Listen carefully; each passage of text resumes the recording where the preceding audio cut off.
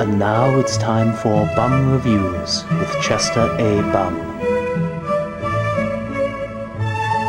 Tonight's review, Rango. Oh my god, this is the greatest movie I've ever seen in my life! Reach for the spoilers! There's this lizard called Rango, and he... Hey you! Wait, come over here. Excuse me one moment. Yes?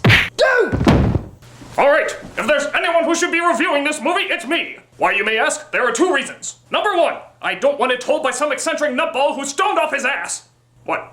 Number two, this movie should be reviewed by me because, well, I'm in it! You heard me correctly, I'm in it! And they didn't even give me credit! Well, maybe that's because I'm not exactly in it, it's a lookalike, a phony. One of the many impersonators of Raoul Puke, just like that idiot with the big forehead online. But perhaps I should explain in better detail. Alright, so you have this lizard. He talks, for some god knows why reason. And of course, my initial thought is, I'm in the middle of a goddamn reptile zoo! And I sort of am. I mean, it's a lizard, he's in a cage.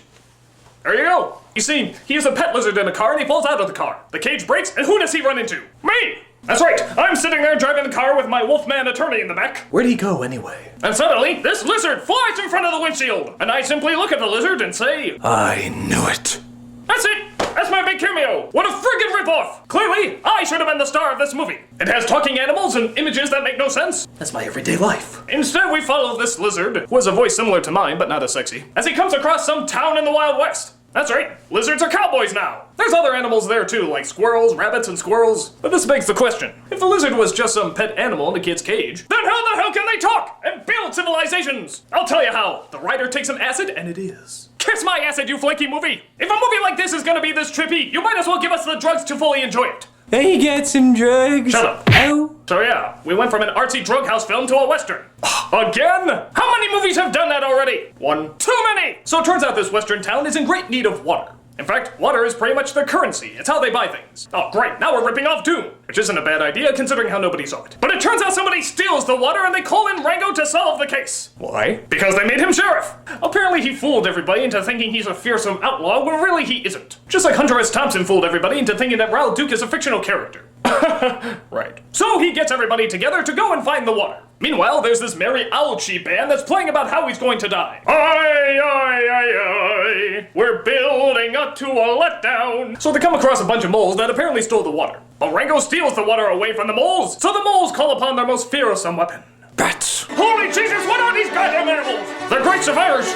But then they figure out that the moles didn't steal the water. It was done by the evil mayor, who everybody could tell was gonna be an evil mayor. If there's anything I've learned in all my years, it's Never trust a turtle. good advice. And just when Rango is about to reveal the mayor's plan, a giant snake comes in and reveals that the sheriff is not a sheriff. He's a lizard. So Rango walks through his path of despair as the rest of the characters say, "So long! We look forward to your obvious ethical turnaround in 10 minutes. But then Rango comes across Clint Eastwood. I'm totally serious. He comes across Clint Eastwood, like I said, where are the drugs? And so Clint Eastwood tells him, No man can escape his own story, but he can hire a different voice actor to replace his part. and Rango says, you're right. So he goes back to the town and gets everybody to help him. They even get a bunch of the bats together and make the snake think they're a hawk. And the snake looks up and says, we can't stop here. This is hawk country. But then he finds out that the hawk was nothing but a bunch of bats. And the snake says, we can't stop here. This is not hawk country. And then through a bunch of boom, bang, boom, Rango gets a water pipe to the town and fills it with water, hopefully drowning those little critters to death. And so Rango lives happily ever after. And of course, I say to myself, bullshit! You promised me he was gonna die! Isn't there a car to squash him into roadkill? But then the owls tell us, aye, aye, aye, aye, we ripped you off big time. Horseshit! When you tell me that a lizard is gonna die, I expect a lizard to die! Couldn't Clint Eastwood have shot him or something? No, he's probably like, I had to make another movie that shows life's a bitch and then you die. so, bottom line, Rango was a very pretty movie that had an overcomplicated storyline that could have been a lot simpler. Did I mention the director of Pirates of the Caribbean did this? This is Raoul Puke, father of Fozzie journalism, saying, I have a cup.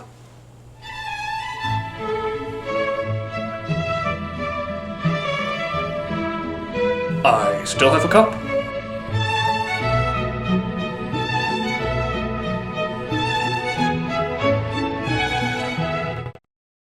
Never trust a turtle.